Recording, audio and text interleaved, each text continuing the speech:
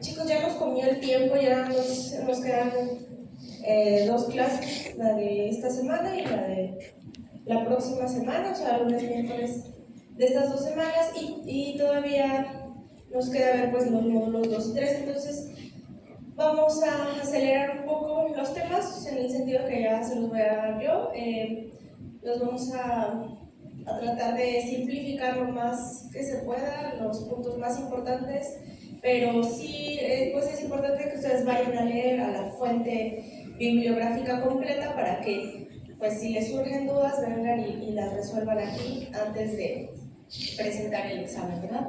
Ya esta semana también tienen sus prácticas de simulación, por lo mismo de que ya el tiempo está encima, ya no vamos a hacer papelitos, entonces ya cambié en el esquema de evaluación que valga 5 ese papelito. Los porcentajes van a ser 10% la simulación de otoscopía, 10% la del taponamiento para epistaxis, 10% el ECOE y 70% el examen final.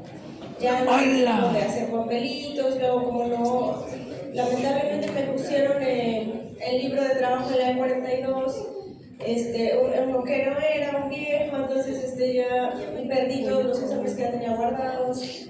O sea, no los perdí, sino que ya se usó otra versión que no los tenía, entonces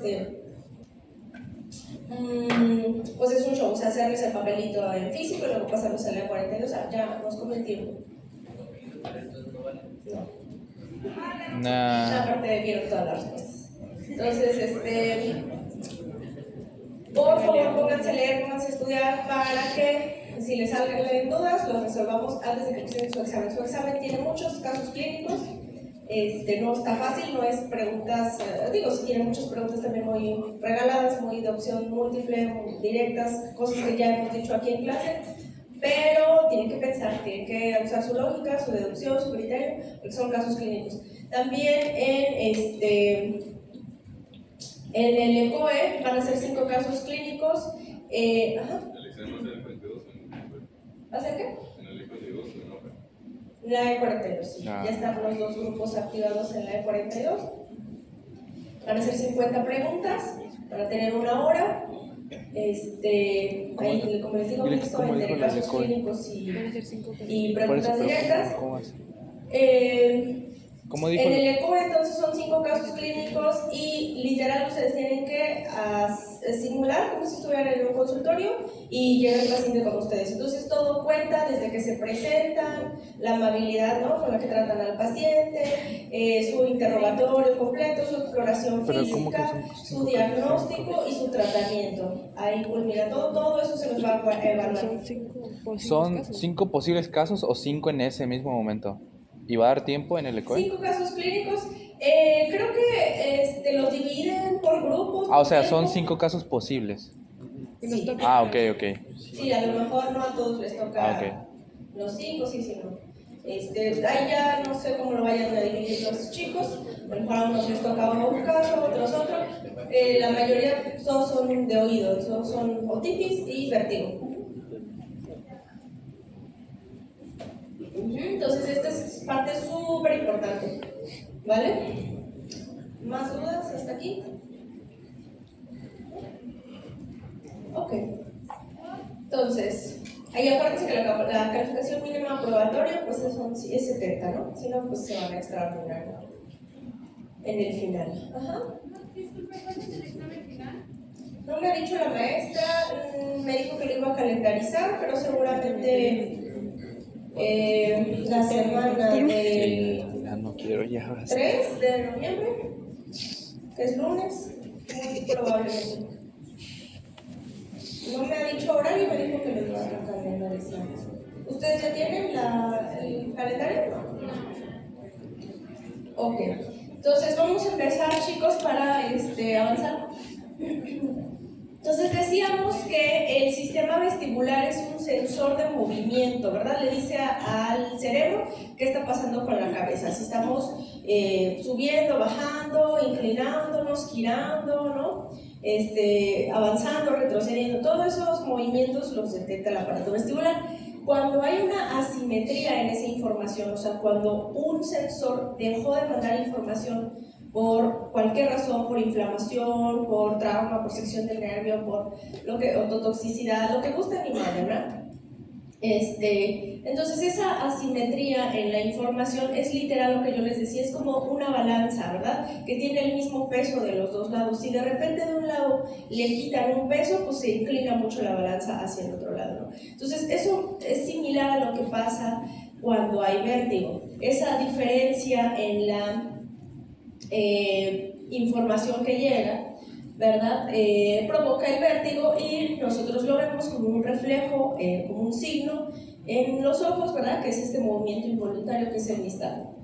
Sin embargo, nosotros decimos que no existe el vértigo crónico. ¿Por qué? Porque el cerebro echa a andar mecanismos de compensación a través de todos los otros sistemas, ¿verdad? De la vista, el sistema de propiocepción, echa a andar otros sistemas de compensación y por muy intenso que sea el vértigo, incluso el vértigo que más dura, que es el de la neuronitis vestibular, no es crónico. O sea, no podemos hablar de un vértigo que dure años, ¿verdad? Desequilibrio quizás sí, pero sobre todo de origen neurológico, sobre todo de lesión a nivel de sistema cerebelar, más de tipo ataxia, pero como tal desequilibrio por vértigo agudo no existe de forma crónica, o vértigo crónico tampoco existe. Entonces, casi todos son episodios agudos, ¿verdad? Y decíamos, acuérdense que el vértigo no es un diagnóstico, es un síntoma y hay que establecer la causa para saber cuál es el tratamiento. Entonces, bueno, decíamos que es importante hacer un interrogatorio completo, sobre todo en los antecedentes del paciente, pero en especial del síntoma vértigo hay que tomarnos el tiempo de investigar la duración, la frecuencia que tanto se repite, si tiene algo que lo desencadene, ¿verdad? Si son algunos movimientos de la cabeza, si es de forma espontánea, nada lo provoca, si qué posiciones de la cabeza o qué movimientos de la cabeza lo desarrollaron, si tiene o no síntomas auditivos asociados, me refiero a sordera o acúfeno. Los síntomas neurovegetativos, decíamos, ¿verdad? Si provoca náusea, vómito, sudoración, también es importante. Y los antecedentes, pues, del paciente, ¿no? Esos van antes. Entonces, ya nada más con eso, ya podemos clasificar en 3 grandes grupos la causa. O sea, ya eso ya nos da una sospecha diagnóstica y ya nada más en la exploración vamos a confirmar o a descartar ese diagnóstico. Entonces, si el paciente nos dice que el vértigo como tal, o sea, los giros, ¿verdad? La sensación de giros, la sensación de movimientos dura solamente segundos, muy probablemente se trate de un vértigo postural paroxístico benigno. Si la duración es de minutos, varios minutos o hasta horas, aquí típicamente decimos que para la enfermedad de Meniere debe durar mínimo 20 minutos, ¿verdad? Hasta horas generalmente son de 2 horas, 3 horas. Entonces pensamos en una enfermedad de Meniere. Si la duración es de todo ese día prácticamente o varios días a semanas incluso, típicamente 1.5, 2 semanas máximo, entonces pensamos en una neuronitis vestibular. Y ya si la duración es variable, si no es algo constante, ¿verdad? Pues podemos pensar incluso en un origen central o en otras cosas también de tipo periférico, con causa en el oído, en el aparato vestibular, pero que ya son mucho menos comunes y dependen mucho del antecedente del paciente. O sea, fístula laberíntica la pensaríamos en el contexto a lo mejor de un colesteatoma, concusión laberíntica pues obviamente en el contexto de un trauma cráneoencefálico, o exposición al ruido muy intenso también, un ruido muy intenso, aparte decíamos un trauma acústico puede provocar incluso hasta vértigo. El barotrauma, que también es el cambio brusco de presión atmosférica, o antecedentes, ya cosas más raras, ¿verdad? Antecedentes familiares, etc. Entonces, vamos a entrar a vértigo postural paroxístico benigno. Este es el que más tienen que saber, que tienen que dominar. Es la forma más frecuente de vértigo de tipo periférico, ¿verdad? Es el número 1. Entonces, ¿qué es lo que pasa? Es un problema completamente mecánico. Lo que ocurre es que en el sensor, ¿verdad?, del aparato vestibular, donde se detecta movimiento angular, que son en los canales semicirculares, y donde se detecta movimiento angular, que es en el utrículo y el sáculo. Bueno, en el sensor especial del utrículo y el sáculo, la mácula tiene en su superficie, acuérdense, tiene estas cristales de carbonato de calcio que se llaman otoconias. Por alguna razón que todavía no sabemos, que esta sigue siendo una enfermedad idiopática, las otoconias se desprenden de ese material gelatinoso en el que están embebidos, se desprenden, y una otoconia libre, suelta, por los movimientos cefálicos, cae en alguno de los canales. Por gravedad, por anatomía, es mucho más fácil que caiga del utrículo o del sáculo hacia el canal semicircular posterior, porque el canal semicircular posterior, acuérdense que está orientado un poquito hacia inferior, hacia abajo también. Entonces, por gravedad cae a ese canal. Y pues cuando el paciente hace el movimiento que detecta ese canal, pues la otoconia está nadando libremente en la endolinfa del canal y provoca el vértigo, ¿verdad? Está constantemente generando ese estímulo. Entonces decimos, es el más común, hasta el 40% de todos los vértigos se lo lleva esta causa. Generalmente es mucho más frecuente, esto es rarísimo en los niños, eso también lo tienen que saber los niños, o prácticamente jóvenes de menos de 30 años, es raro que haya vértigo, o sea, vértigo de origen periférico me refiero, o sea, por el oído, ¿verdad? Ahí hay que buscar otras cosas, migrañas, origen metabólico, incluso ansiedad, otras cosas, pero por causa de oído generalmente empiezan a aparecer a partir de los 40 años, y es muchísimo más común todavía en la tercera edad. No sabemos, les digo, por qué se desprenden esas piedritas, sin embargo hay teorías.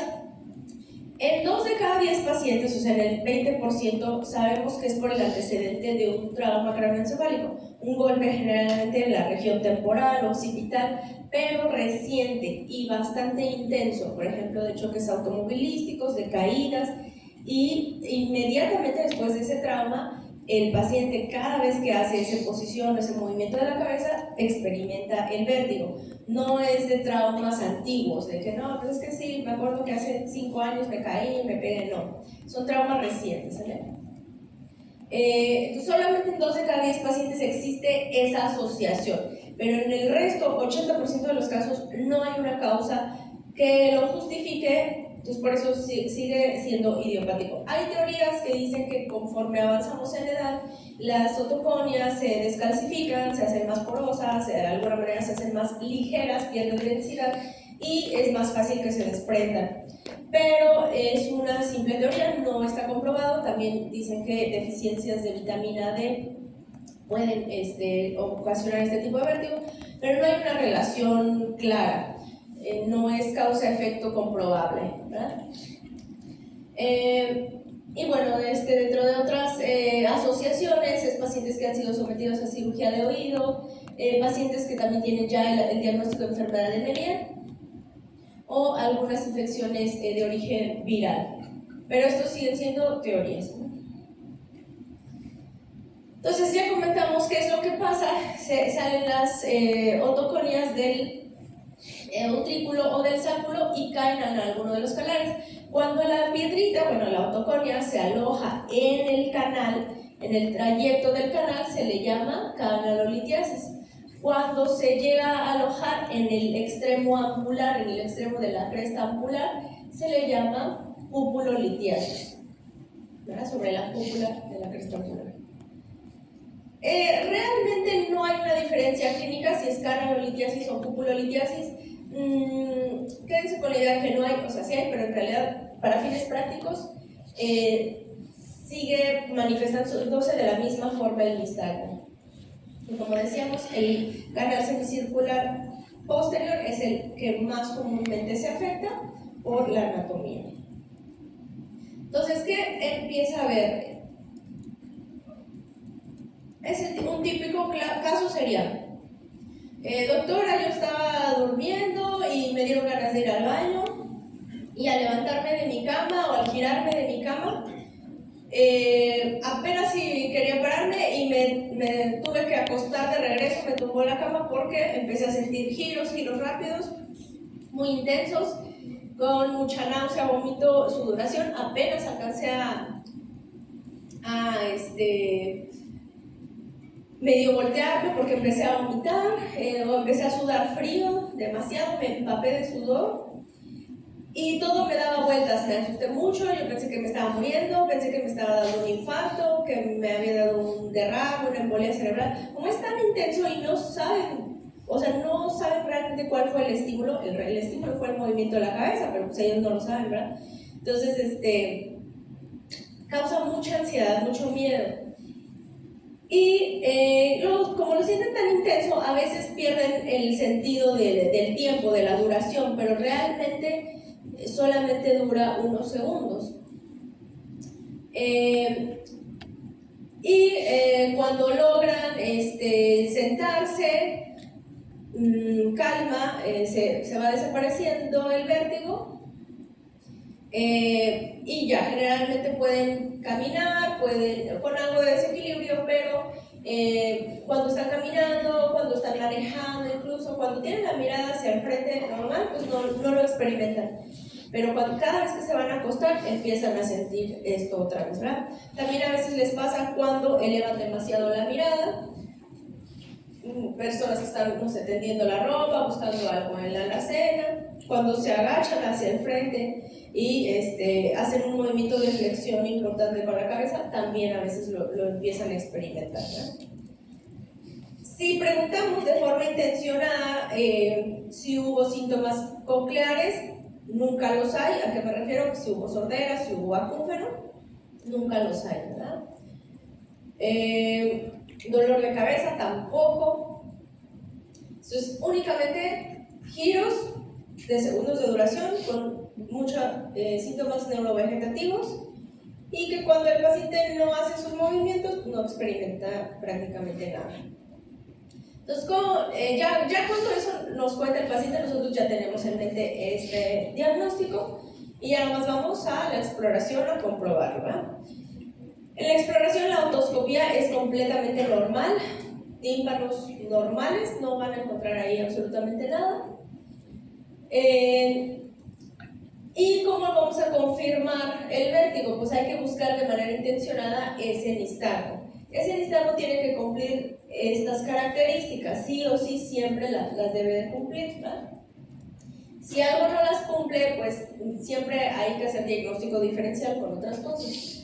Entonces, la maniobra de Dix-Hallpike es la maniobra de confirmación, de diagnóstico y de confirmación de este tipo de vértigo. Lo que hay que hacer es, al paciente, hay que conseguir una mesa de exploración pues, que sea lo suficientemente larga y ancha para que el paciente pues, quepa y tenga la seguridad, ¿verdad?, que se va a sostener.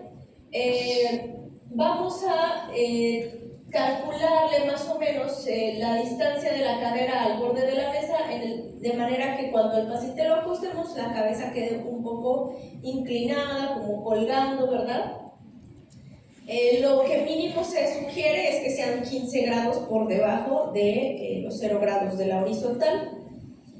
Y hay que explicarle que primero lo vamos a acostar viendo hacia un lado, luego hacia el otro, y que muy probablemente empiece a sentir los giros, las vueltas. Hay que decirle que no lo vamos a estar cuidando, que no se va a caer, y que por más que sienta muy intenso los giros, que no debe cerrar los ojos. Nosotros lo que buscamos es el movimiento de los ojos, ¿verdad? Pues si él los cierra, no vemos nada.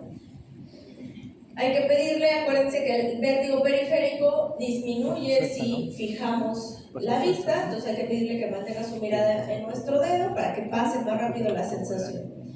Entonces, Una vez que lo acostamos, esperamos, existe una latencia, o sea, no es inmediata la aparición del nistagmo, existe una latencia de más o menos entre 5 y 8 segundos. Eso es lo típico, pero hay latencias a veces muy largas, entonces yo casi siempre los dejo cuando menos unos 40, 45 segundos o hasta el minuto ahí esperando a ver si aparece el vértigo, ¿verdad?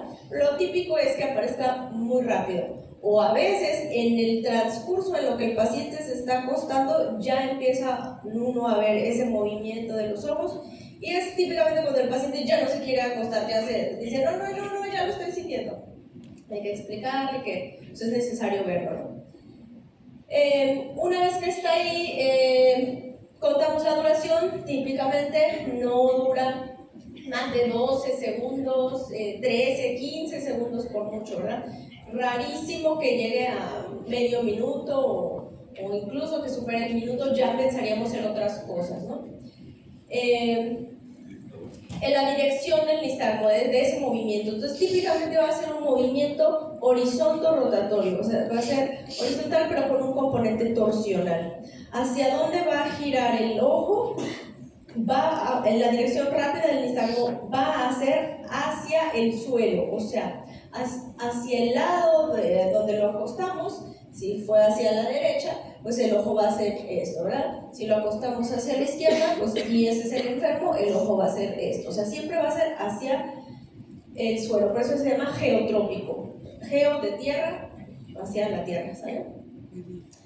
Decíamos de una duración menor a un minuto, ya, termina el nistagmo, terminan los giros y ahora le decimos al paciente, se va a volver a sentar, va a volver a experimentar giros, quizá ya no de la misma intensidad, pero lo va a volver a sentir. Lo mismo, no se asuste, aquí lo vamos a agarrar, mantenga su mirada fija en mi dedo, entonces lo sentamos y le ponemos el dedo enfrente. Y entonces existe un nistagmo que le llamamos de reposición. Entonces, si al paciente lo acostamos a la derecha y batió el nistagmo así, cuando lo sentamos, el nistagmo bate en el sentido contrario, o sea, un poco hacia la izquierda, pero sobre todo un poquito más en sentido vertical. Es muy leve, es muy tenue, pero sí está presente. Y también dura unos pocos segundos. Pero si nosotros lo volvemos a acostar, lo vamos a volver a experimentar de la misma forma, aunque con menor intensidad y de menor duración, por eso se llama fatigable. O sea, reproducible quiere decir cada vez que yo pongo ese estímulo, lo encuentro, el nistagmo, o lo provoco. Pero fatigable quiere decir que entre más lo haga, entre más lo estimule, va a aparecer de menor duración, más cortito y menos intenso. ¿Okay? ¿Dudas? ¿No? No, ahorita vamos a ver videos.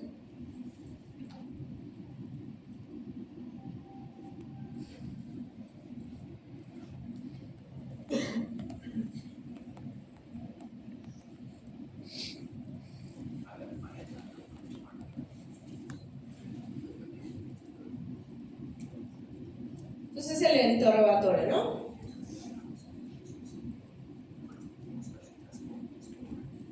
Le explica que quiere hacer el test, que se llama Dixortide, le está explicando qué es lo que va a hacer, lo va a acostar, necesita que mantenga los ojos abiertos todo el tiempo. Eso es importante. Le pregunta, él es joven, ¿verdad? Y sano, pero le pregunta si tiene algún problema con cervicales, o que si tiene algún problema con que lo acueste, ¿no? Pues este paciente no, pero a veces también tenemos pacientes que ya tienen problemas cervicales por artrosis y que a lo mejor incluso por más que uno los acueste, pues no pueden lograr una extensión adecuada. Entonces a veces es complicado en ellos, pero de todas maneras hay que intentar hacerlo, ¿vale? Siempre y cuando se pueda. Hay pacientes, les digo, que me ha tocado en mi consulta que les quedó un trauma, una sensación tan amarga que no dejan que los acuestes, ¿eh? Y aunque tú les expliques que necesitas hacerlo para darle tratamiento para que ya no lo experimente, ya no lo quieren volver a sentir, entonces ya no quieren volver a acostarse y viven durmiendo casi semisentados en posición Fowler por lo mismo.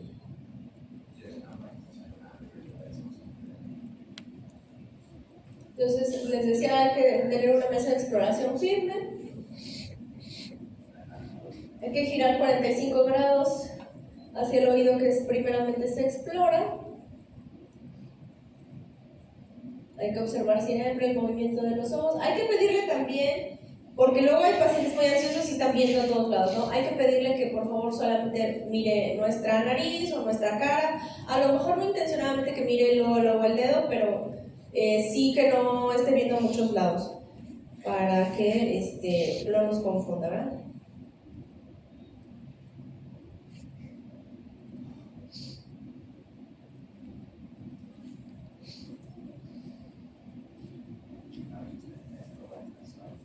Bueno, ahí empieza a hacer la maniobra de Epley, pero lo que quería que vieran era Dix-Hallpike, ¿no? De Dix-Hallpike no hay duda, ¿cómo se va a hacer? Ok, entonces, ¿qué vamos a hacer? Entonces, si decíamos que esto es algo completamente mecánico, si la autoconia está fuera de su lugar, ¿qué vamos a hacer? Miren, este tipo de vértigo se llama postural, se desencadena por las posiciones de la cabeza. Paroxístico se refiere a que el nistagmo se presenta como si fuera una crisis, o sea, le llamamos increchendo y decrechendo, o sea, el movimiento del ojo empieza de a poco a batir, a girar, y luego empieza a hacer mucho, o sea, tiene como un pico, ¿verdad? Un movimiento muy, muy intenso, y luego empieza otra vez a hacer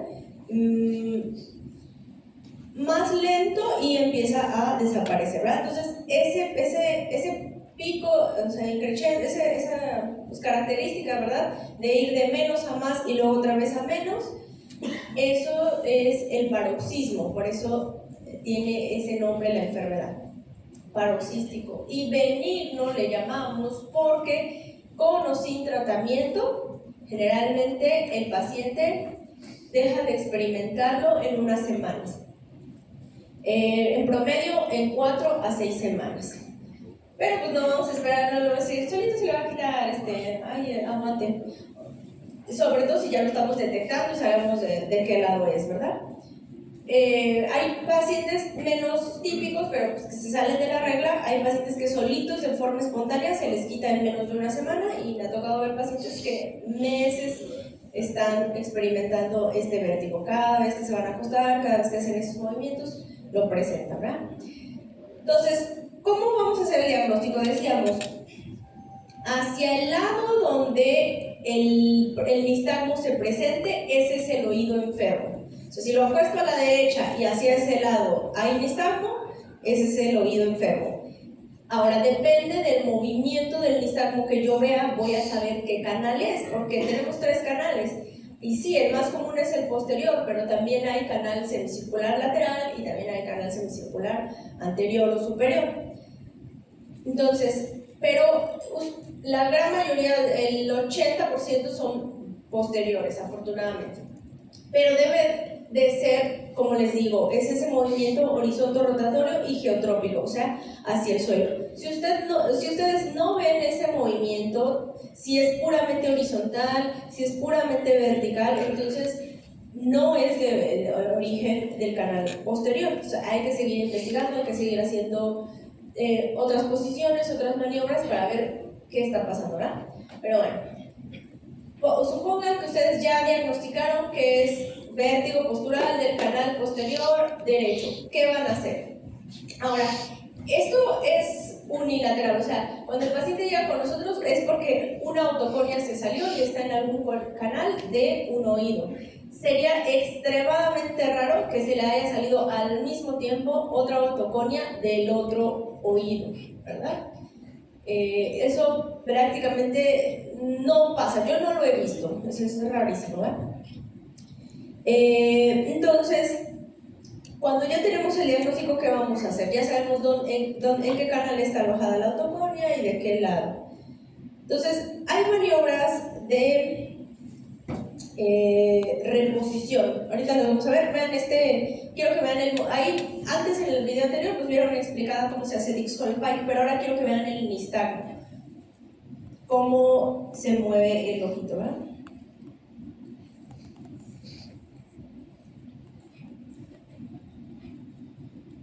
El paciente está sentado, giramos la cabeza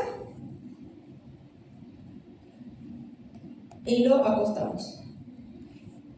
Vean cómo empieza a hacer el ojo hacia el suelo. Esto aquí a la paciente, aquí le quedó el suelo, aquí es hacia arriba. Vean cómo bate el ojito hacia la derecha. Cuando lo vuelven a sentar,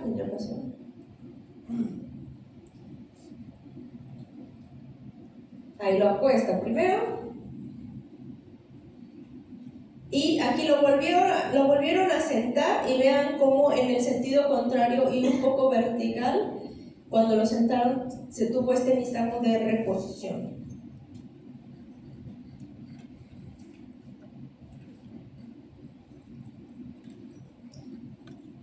Lo vuelven a acostar. Lo vuelven a sentar.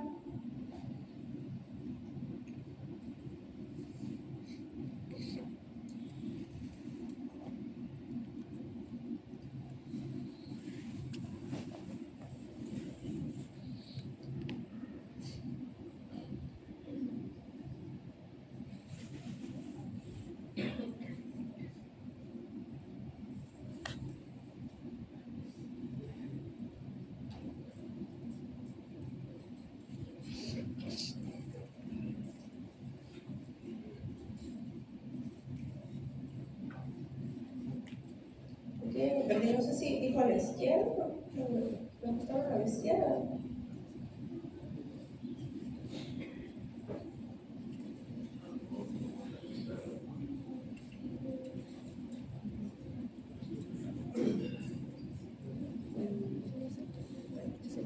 No, creo que ahí mismo acostado lo hicieron ver hacia la izquierda.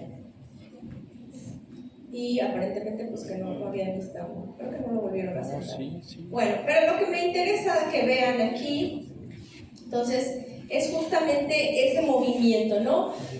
Hacia la tierra, hacia el suelo, ¿verdad? Del oído enfermo.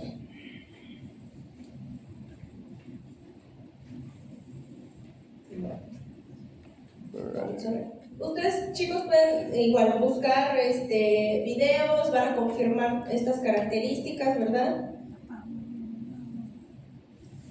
Entonces, ¿qué pasa cuando ya sabemos dónde está la autoconia, en qué canal y sobre todo en el posterior, ¿verdad? Existen maniobras de acomodación o de reposición canalicular. La más común, la más fácil de hacer, la más efectiva también es la maniobra de Epley.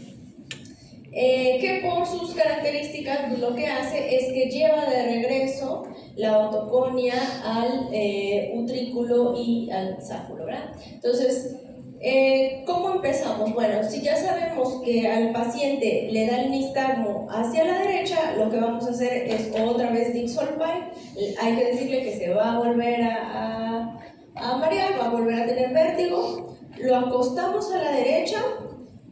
Esperamos a que termine el vértigo de ese lado, que generalmente les digo son 10-12 segundos. Nos quedamos un minuto ahí, giramos la cabeza 90 grados al otro lado y luego por último terminamos de girar el cuerpo hacia ese lado, el lado contralateral, y esa es la última posición. El paciente tiene que voltear su cabeza, mirar hacia el suelo. Esperamos otro minuto y lo sentamos. Es fácil hacerlo, nada más que si hay que aprenderlo, hay que practicarlo, ¿verdad? Para que lo hagan de forma segura. Los movimientos tienen que ser precisos para que sí haya una acomodación de la autoconia. Y el paciente cada vez que gira hacia contralateral ya no debe de regresar su cabeza hacia la derecha, porque entonces se regresa a la autoconía. Necesitamos que siempre esté girando hacia contralateral. Miren, aquí viene un ejemplo, ¿sí? Este es del lado izquierdo, del posterior izquierdo. Entonces, pero empezamos con, si es el izquierdo, ¿verdad? Este es el izquierdo del paciente, lo acostamos Dix-Holbein hacia la izquierda, esperamos que empiece el nistagmo, ahí va cayendo la autoconia, bueno, en la simulación va cayendo la autoconia, empieza el nistagmo, bate hacia la izquierda, bate hacia este lado, hacia acá, termina el movimiento, termina aquí el movimiento de la autoconia, termina el nistagmo, esperamos ahí 1 minuto. Bueno, esto fue Dix-Holbein, este es apenas diagnóstico, pero vean, esto es lo que pasa. Pues la autoconia vuelve a caer, por eso existe un nistagmo de reposición cuando lo sentamos en el sentido contralateral, pero es tenue, es muy leve, a veces es imperceptible. El paciente a veces sí dice que sí se mareó, ¿no? Se empieza ahora sí Dix-Holbein. Empezamos, lo acostamos con el oído, empezamos hacia el lado del oído enfermo, esperamos a que termine el nistagmo y contamos 1 minuto. Hay quienes dicen que con 30 segundos es suficiente, hay quienes dicen que 3 minutos, hay que esperar, yo siempre me espero 1 minuto. Luego, giramos 90 grados al otro lado, al lado sano, hay también un movimiento de la autoconia, puede experimentar algo de nistagmo. La última posición, giramos toda la cabeza hacia el suelo, otra vez hacia contralateral, al sano. El paciente está viendo literal ahí al suelo. Vean ahí donde quedó la autoconia, ya está aquí muy cerquita, ¿verdad? Y por último, terminando ese minuto, lo sentamos, así viendo hacia el suelo, como vieron acá. Voy a regresar tantito.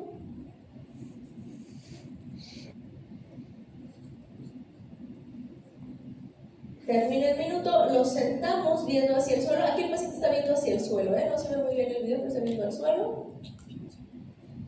Lo sentamos viendo hacia el suelo, sigue viendo hacia este lado, y cuando lo sentamos, termina de caer la autoconia dentro del utrículo.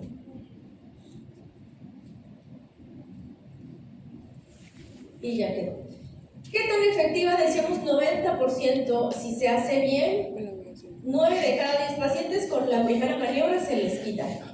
Y es espectacular porque es como magia. O sea, lo volvemos a acostar al paciente hacia el lado que le daba el vértigo y no hay nada. Ya, se le quitó, ya no experimenta nada, absolutamente nada. Si se hace bien, claro. Si no se hace bien, se puede seguir haciendo, se puede seguir intentando. 10 o 20% de los pacientes sí hay que repetirla varias veces para que quede, ¿no? ¿Dudas, chicos?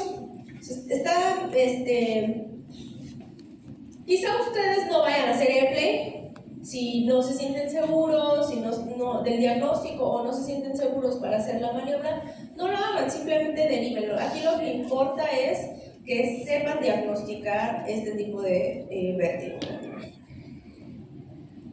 Existe otra maniobra que ya no es tan efectiva, pero y aparte no me gusta pues, ni a mí ni a los pacientes porque es un poco agresiva. Aparte de que tienes que tener una mesa de exploración un poco más larga, o porque tenemos que de 180 grados mover bruscamente al paciente, o sea, acostado de un lado y moverlo hasta el otro lado.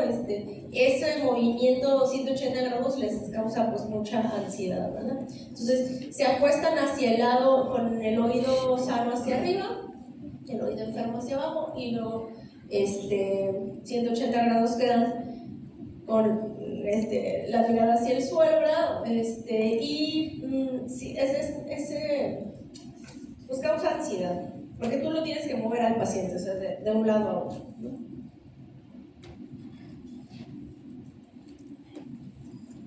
Van a ir a checar, Ya eso se pasó. Entonces, Asistencia. ¿vas a ser lista? Vale.